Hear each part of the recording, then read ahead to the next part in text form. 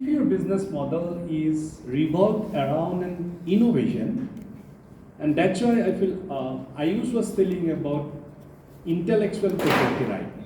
Many a times, intellectual property right, again, maybe you may not feel like that I'll be going there and claim for my IPR, but your business model shall be innovative, right from maybe if you are a product company, innovation, again you have to look at product innovation and the process innovation.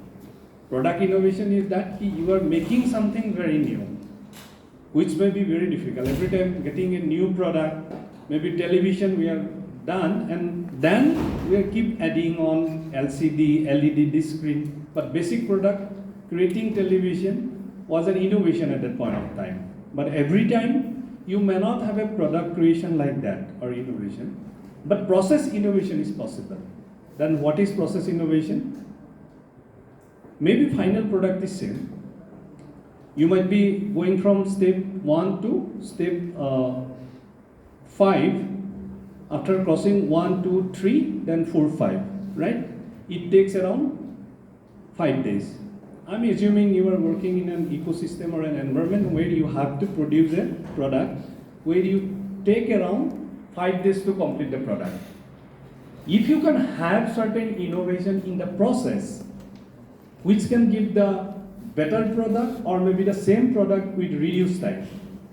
I'm telling that instead of these 5 days, if you are producing it within 3 days, means you are saving the time, you might be saving the money, and you might be now faster.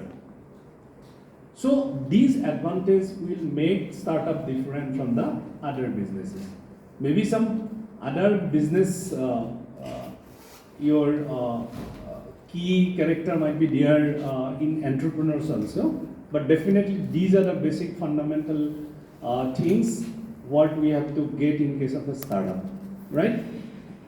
And again, when I'm telling about the technology, because technology is not like that you are putting something, you are thinking something and just putting something and product is coming up, right? When you are starting a product, you anticipate that there is a pain statement or pain point, and you try to address those pain areas, and because of which you are making a product or a process.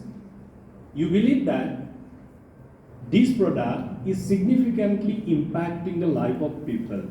I'm just telling about when we have started, even you can just take a simple example of Swiggy or Zomato.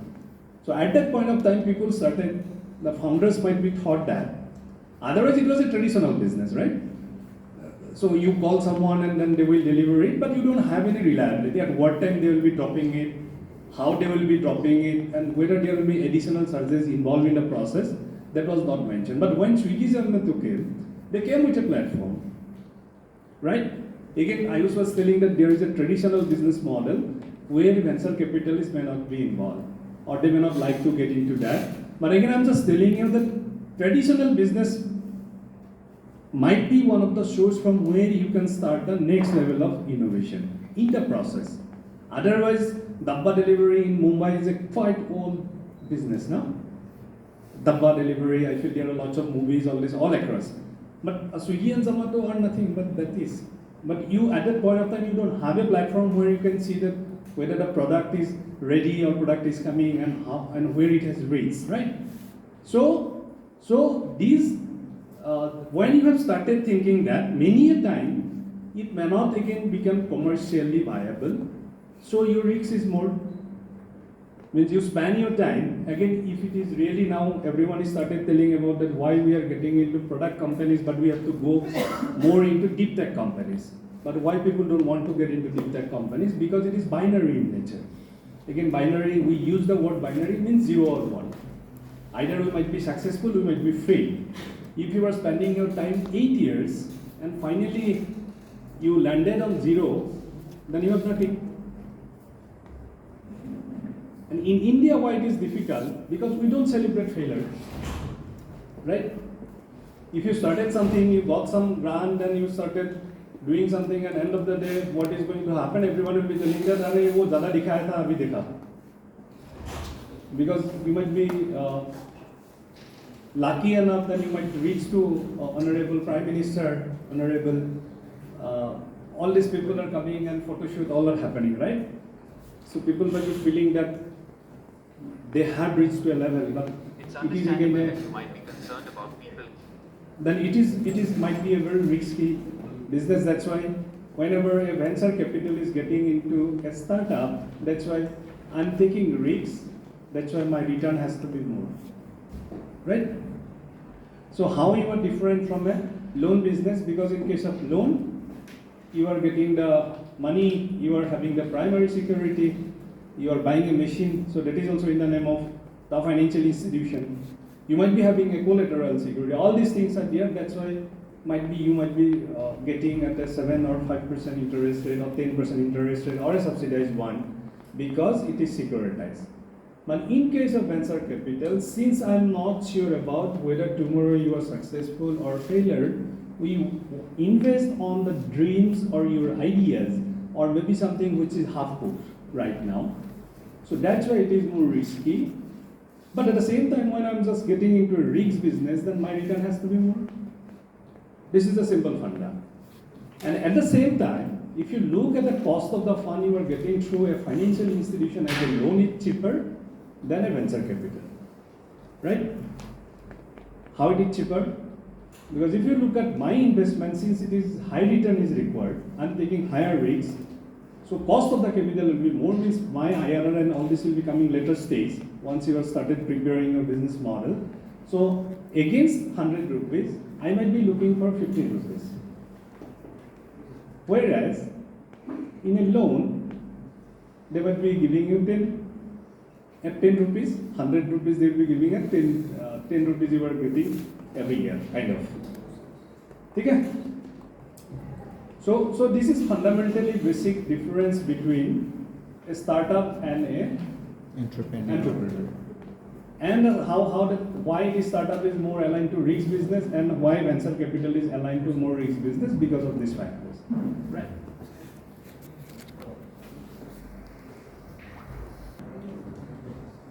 So again, so whether you are a company, whether you are a startup or not, in case of Indian context, it has been defined by DPIIT. So DPIIT is having 3 main criteria: whether the vintage of your enterprise, vintage in a legal entity, whether you are a company or an LLP. So whether you have crossed 10 years or not. If you are crossing 10 years, otherwise, in Indian context, you are not a startup. This is number 1. And number 2, in any of these 10 years, your turnover shall not be more than 100 crore, 100 crore. In any of these 10 years, somehow your revenue is crossing 100 crore, or you are getting 100 crore, then you are not going to be recognized as a startup. And third one is innovative. So it is very difficult to again define innovation, because even lots of pickles, lots of dry fruits companies are also coming as a startup. Maybe there might be some innovation into that. Yeah, definitely I feel that is an entrepreneurship effort, but it's not an innovative business model. The original entity and innovative scalable annual turnover company has done the original entity in a way that if someone is already a 10 years old company and you are creating a subsidiary out of that and telling them this is a new company, then also it is not considered to be a startup. So these are the basic criteria. One just telling you that whatever VC funds available in Indian context, and all are Cat 1, Category 1 venture capital fund, because there are 3 different kind of funds in India. One is Cat 1, Cat 2 and Cat 3, but mostly, and that MSBF is also registered as a Cat 1 fund. So when we are registering our fund with SEBI as a Cat 1 fund, these criteria are one of the criteria we used to look into. Means you might be having your own state registration process, that is fine. And apart from that also, we are looking at these factors. Okay?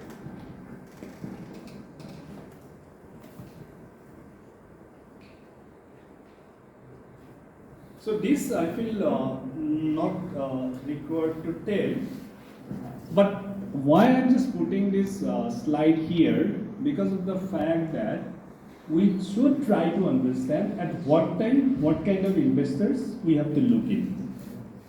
So do you know what is called valley of death? This is, you know, right? Almost 90% of the companies used to wipe out in valley of death. So what is that valley of death? This is some basic, I'm just, because already I use diction tool about what we are looking for, what kind of things are there, but running across the references, I feel that we should know about the valley of death. So what is the valley of death? In your journey, assuming you are a tech company, right? Then what might be your valley of death?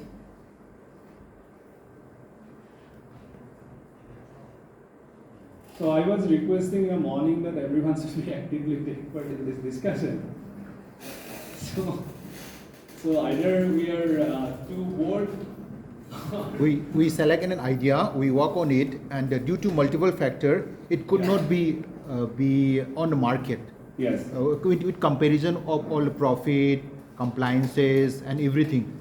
So I'm giving you a simple idea. You are correct. I'm giving a simple idea. You are a tech company, suppose. So what is going to happen? You are going to start with bootstrapping, right? Bootstrapping in a sense, bootstrapping in the process where whatever issues you were having from the family, from the friend, family, from and my three own F pocket. we generally used to say this: friend, family, and fool. Fool in a sense means they wildly believe that you can do something great. Otherwise, no business model, nothing. He's just throwing an idea that I can do that. But looking at him, his capability, his might be basic education, qualification, everything, he believed that he can do it. And definitely we have seen this example, even one of our startup where we got our exit, which has been acquired by an US NASDAQ traded company. They exited from the company because entire strategic buyout happened to the company. So NASDAQ traded that company was Quantum Corp, who bought the company, right?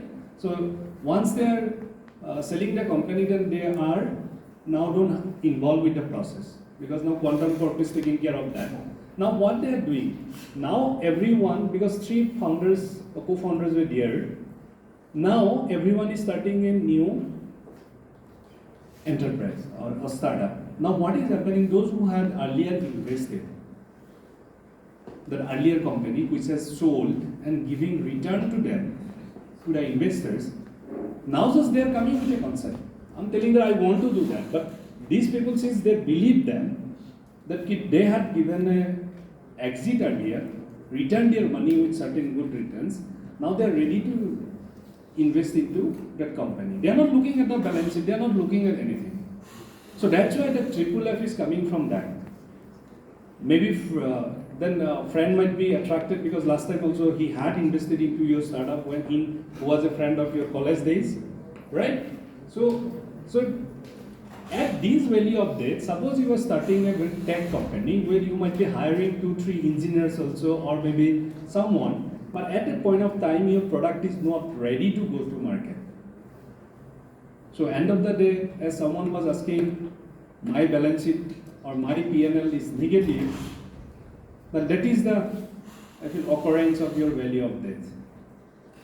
And almost 80%, even if you look at the Silicon Valley also, I'm telling about where startups journey and movement happened in US, even in that case, almost 60 to 70% to 80% wiped out in that stage. Either you were not able to convince your investors who are supposed to become at that stage, or maybe by that time you realized that my product may be no more going to sell in the market, or might be a better product already reaching the market, right? But mostly because of the financial resources, this happens. So at this stage, this is the early, if you consider this is the pre-seed funding, but definitely we are lucky enough. Even if you look at 4, 5, 6 years before, At that point of time, we don't have that kind of ecosystem, but at least now many of you are able to get the grant, which is also helping you, right?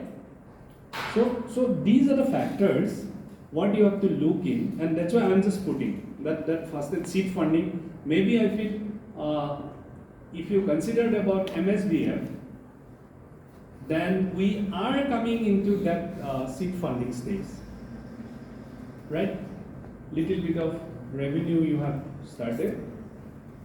Somehow you have proved that your technology might going to have traction or already got some traction, already accepted by people. But you need to make it more, acceptable for the people, or might be you need to sense the design, or you need to sense some basic finishing part of that. So that might be seed funding, and after that you have to go up. Then mezzanine stage, ideally, so far we are also not experiencing that kind of funding in our journey, but it's happened mostly just before happening IPO or maybe in a short-term debt funding. So that's why I'm just, otherwise Dixon has given that. So venture capital, I feel no need to tell about that. So it's otherwise here government of India is helping or state governments are helping in creating venture fund. But typically if you look at venture capital industry, it is a privately drawn resources. I might be having lots of money, high net worth individual. You might be looking at Tata, you might be looking at Wipro, everyone is having Mahindra, everyone is having a kind of family house fund who used to invest into new businesses and also take part in a growth business. And similarly, if you look at this other across the globe, now Bill Gates is one of the so all the technocrats are mostly in US trend is different. Rather than business, technocrats are also very much part of the startup journey. So they also used to invest. So, but otherwise, these are your privately drawn money. So again, so you have to think about. So I'm an investor. So what are the basic few things you have to look at just before approaching, or you have to read my mind. So I'm just putting that. So while reading my mind, so you have to align with these few factors, risk versus return. You have to tell that risk is there, but return is also there. You have to make me convinced with that, right? You cannot say that, sir, if you don't give money, then I will wind up. I will die out. So already that's a broken vehicle or business. So why are we getting into that, right? So you have to show me that rosy picture. Sir, if you drive with me, then you'll be reaching there within 5 hours. Otherwise, it will take 20 years. Means that within 5 hours means that is my return expectation within that period. So I have to think about what is the time horizon, because when I'm just giving you money in the form of loan, because I have a loan policy, you are going to give me principal amount, you have to give me interest, everything. But in case of venture capital, when I'm taking and I'm assuming that I'm getting equity in your company, until and unless you are not getting your next round of investment or not growing fast, you cannot give me an exit. So that's why in our industry we call that, we used to think about divorce before marriage, right? Because I have to see my exit route. Then only I will be investing into that, right? So you have to tell that I'm going to give you an exit. Whatever your return expectation, definitely you might be telling a bit more, but at least you have to have that commitment that you think that whenever you are taking money, you are going to return with desired expectation of the investors, right? Then value creation. When I'm telling about value creation, what is the value creation?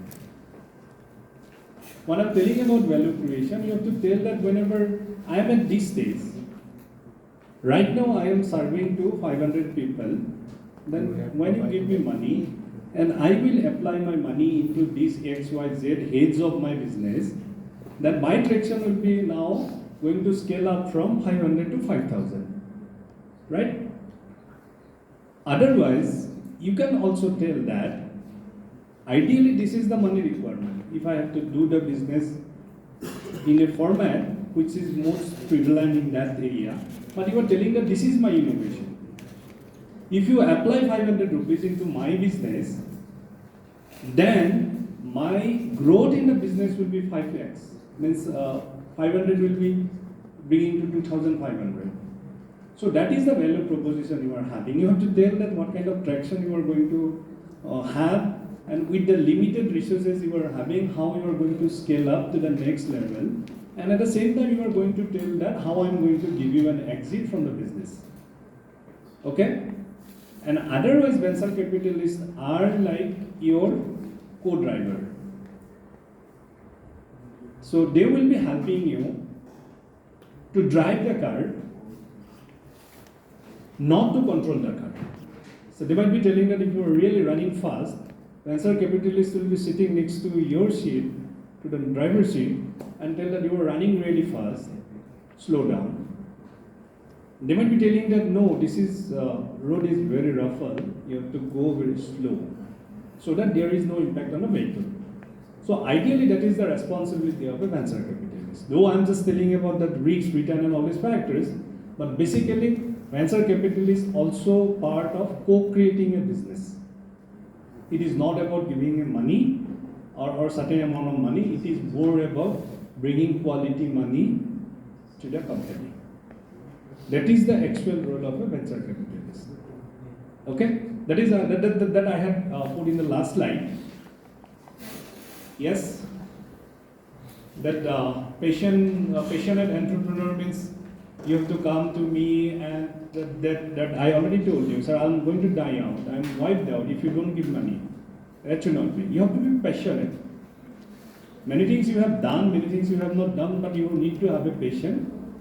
Then definitely business potential and all these things you know. Management, great management team. Why I'm just telling you about that? Most of the startups we are investing, we feel that we fail to create a great team.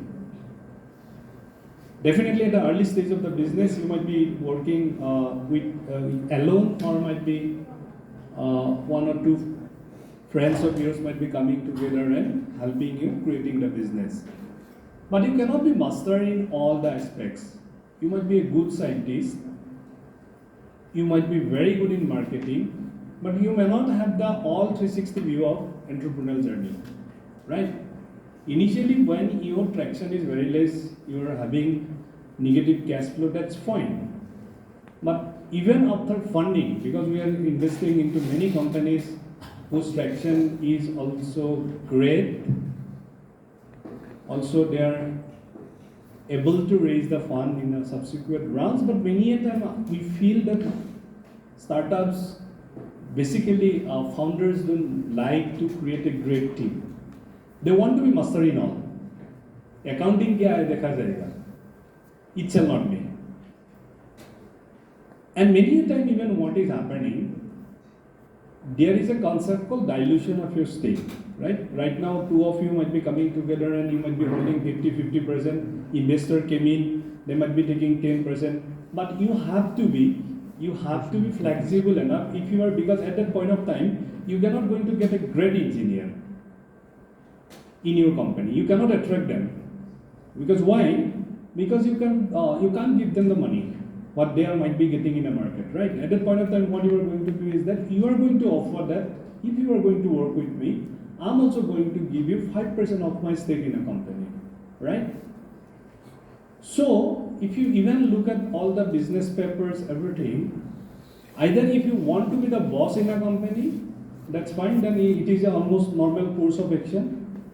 Even I'm not telling that startup does not have that kind of history where individual guy is managing everything. But if you really want to be boss in a company, then ideally it impacts your growth. Because you want to learn, you don't want to dilute, then investor might be looking at that he doesn't want to grow, he wants to grow organically. So that might be one of the deterring factor for an investor to get into the company. Why? If you don't have that flexibility, you cannot raise money, then you cannot give me an exit. But at the same time, if you look at the concept, what is going on even in the valleys also, I'm telling about, mostly we refer to Silicon Valley, what is happening, where co-founder or founders are more interested in creating value creation in a company, they are hiring good people, best people from the market, spending money. That can give you a quicker exit to an investor, but definitely you might be losing your ownership. Because once you are getting diluted, your stake is diluted in the company, then gradually you have to be one day exited from the company. So we cannot think about that, especially in Indian context. Because we are too much love with the, it's your baby kind of, right? You cannot say that I will just sell my baby to someone. We are in that mentality, but which is totally different in a startup ecosystem. So it's up to you how you just think of your business, because as an investor, I don't have to intervene in that. Whether you own the business or whether you want to dilute yourself and grow fast, just by getting better people into the company, right? Then growing market opportunity, scale up. All these are dear. So next slide, just I'm putting here this thing. This is I got during my COVID time. Dhruvnath and Susanto, I feel funding your startups. That persistent definition of startup was told to be one of the, I feel everyone should look into that, because somehow I like that. I'm not telling that you should do that. Problem, are they solving a problem? Many of them, why I'm just telling you the first problem statement, because when you are going to face the investors, they used to ask, what is your problem statement? And in most of the cases we have seen, you already made the product and try to now retrofit the problem statement, right? So we heard the story, my father was that, and because of which I started thinking that why not I can have a great product, kind of stories. But actually you have already decided that this product has to be made, and then since investors are asking what is the problem statement you are addressing, then we started creating a synthesizing rather than a problem statement. So until and unless people are not ready for addressing, not ready to pay you, if you don't address a valid problem statement for the customers. So earning model, definitely you have to earn. Many a times we have even seen our startups, they're telling that I have to go for marketing, give me fun, but end of the day when I'm just stopping the fun in marketing, there is no revenue happening. So, but how long you are going to keep burning your money into a business where end of the day you cannot reach to a stage from where you have to reduce your burn and earn more, right? So you have to tell that story that you have an earning model, right? Then how big is the size of your market? Just think about. Most of the time, because since we go to all these programs, especially different programs arranged by different ecosystem players, we see lots of product which are even maybe handmade or pickles, all these things I have already told. They're also telling that I'm startup. So, and if I ask them, so where is your market? I'm having this market, I go to exhibition, I sell that. That's fine. You might be having 20 lakhs, 25 lakhs of revenue. Are you really having a big market to address, or your product is really having the potential to address the big market? It is very easy for selling a product if you are going to the exhibition, because that product is having a character. That character is what? Your face, right? So since you are telling the people, you are telling that I am coming from Senapati, I am coming from Tamenglong, and that wild product is found here, and out of that I made a pickle, people might be having a bias to buy that product. They might be thinking that, yeah, I should buy that. That product is maybe I feel they can relate when you were explaining. But you just minus that character and just keep that product in the shelf. Are they really going to buy? Even the guy who had bought that 2 months back, if he got it in a supermarket, he or she may not like to buy that product. So Cadbury's, no one knows about that. Who is Cadbury's? How it came? But you have a confidence, right? When I'm buying a Cadbury's product, when it is something that. Then again, again, I'm coming back to the how big size of your market. Just so that's I'm just telling about. That market might be, you might be selling very good at your nearbys, but if you make a product for your periphery or for the part of your geography, that may not be a scalable product, right? You did not taste what is the scalability. So tomorrow you might be telling that this product is very good, but if I need 1,000 pieces of that product, you will be struggle with your backend, raw material. We have seen that. So these are a few factors you have to just rethink about that. Whether your enterprises or kind of idea or innovation you are having is really qualifying few of these criteria. Do you feel, I'm not telling that this is the final judgment for an investor to look in, but definitely this will give the periphery of your business so that you can just think about that. That might be act as a reflector of your effort that your business can be scalable or maybe qualified for.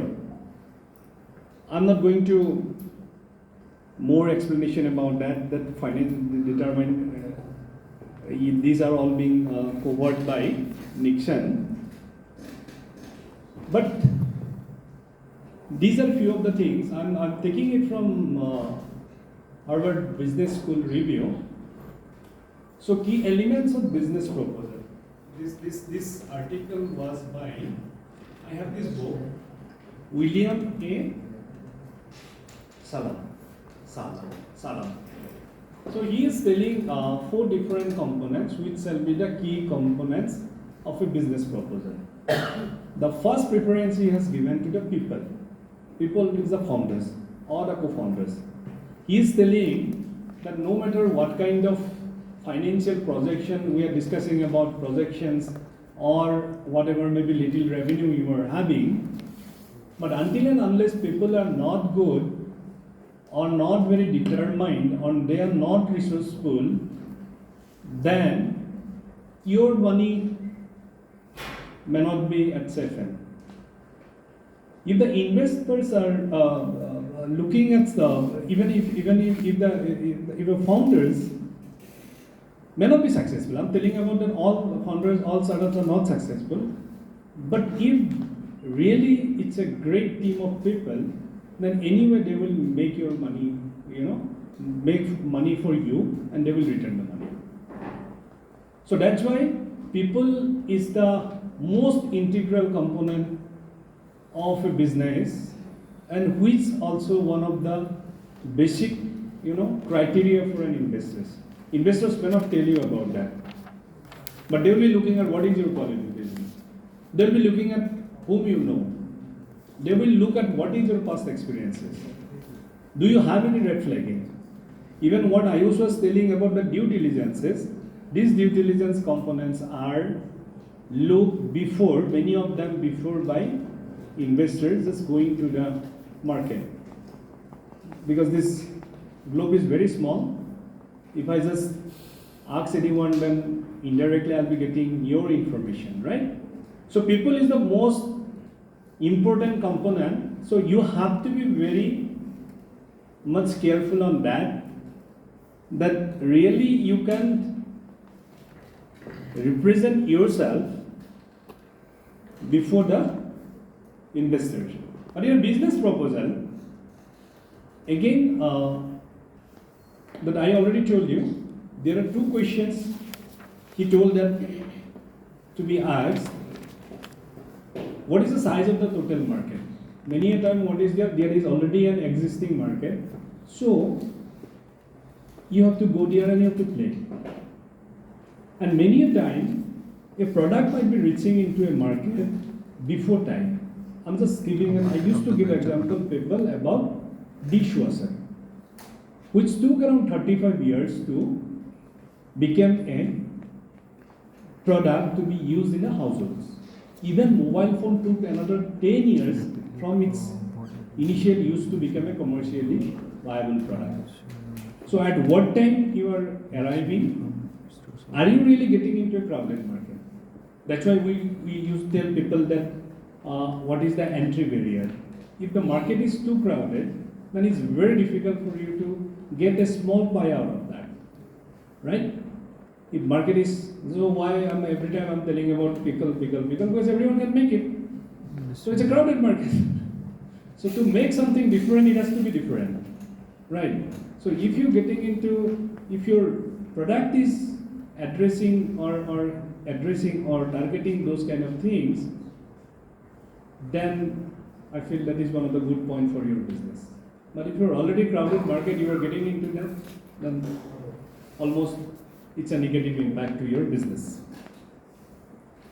And the second is the industry is become structurally attractive.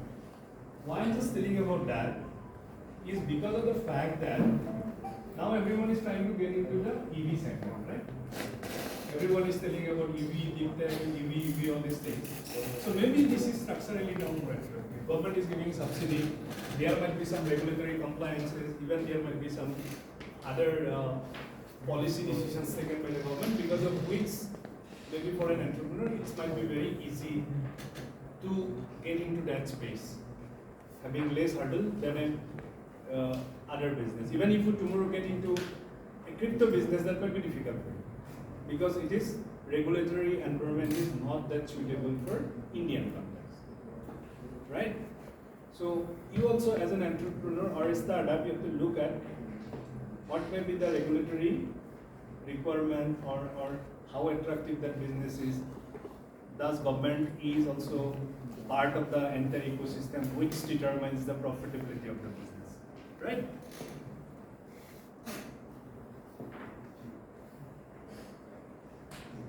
So this is the context is also part of that. How it is structurally this part. If you get into the next thing, this is the context.